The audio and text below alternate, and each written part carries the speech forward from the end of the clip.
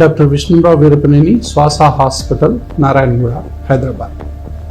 చలికాలం వచ్చింది అంటే ప్రతి ఒక్కళ్ళకి, ముఖ్యంగా అలర్జీ ఆస్మాతో బాధపడే వాళ్ళు ఎవరికైనా సరే, ఒకవేళ చిన్నపిల్లలు ఉంటే తల్లిదండ్రులకి, తర్వాత పెద్దవాళ్ళు ఎవరైనా సరే ఆ ప్రాబ్లం ఉన్న వాళ్ళకి చలికాలం వస్తుందంటే భయం వేస్తుంది.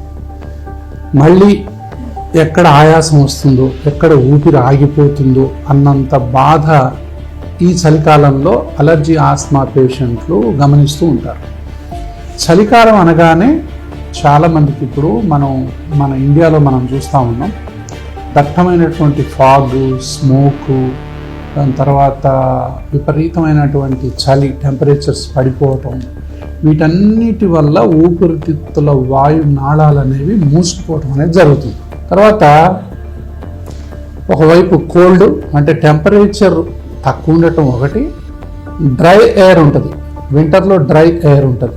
సో దానివల్ల ఈ యొక్క ఊపిరితిత్తుల్లో ఉన్నటువంటి ఈ మ్యూకస్ కూడా డ్రై అయిపోతుంది, కాబట్టి థిక్ అయిపోతుంది. సో గాలి పోవటం రావటం కష్టమైంది. అంటే ఎంత దగ్గినా ఆ తెమడ అనేది ఊడి రాదు, అది స్టిక్కీగా తయారవుతుంది.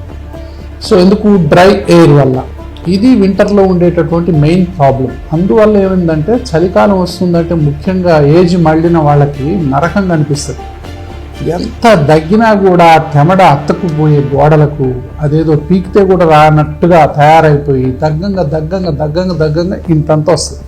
అది వచ్చినా కొంచెం రిలీఫ్ ఉంటుంది, తర్వాత మళ్ళీ మొదటికి వస్తుంది. ఇట్లా నరకం చూస్తుంటారు. సో ఈ యొక్క ఫాగ్ వల్ల, ఈ యొక్క డస్ట్ వల్ల, ఈ యొక్క అంటే విష వాయువులు ఉంటాయి కొన్ని, అంటే ఆక్సైడ్స్ అంటాం, నైట్రిక్ ఆక్సైడు, తర్వాత సల్ఫర్ డయాక్సైడు, తర్వాత కార్బన్ మోనాక్సైడు.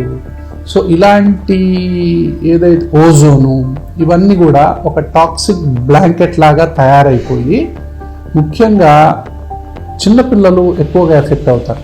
హైట్ తక్కువ ఉంటారు కాబట్టి ఆ గాలిలో తిరిగేటప్పుడు, ముఖ్యంగా మార్నింగ్లో తిరిగేటప్పుడు వాళ్ళకు ముక్కు దిబ్బడేసిపోవటం, ఊపిరాడకుండా పిల్లిపోతలు రావటం, ఛాతి పట్టినేసి ఉండడం, నైట్ కూడా దగ్గి వాంతి చేయటం అనేది జరుగుతూ ఉంటుంది.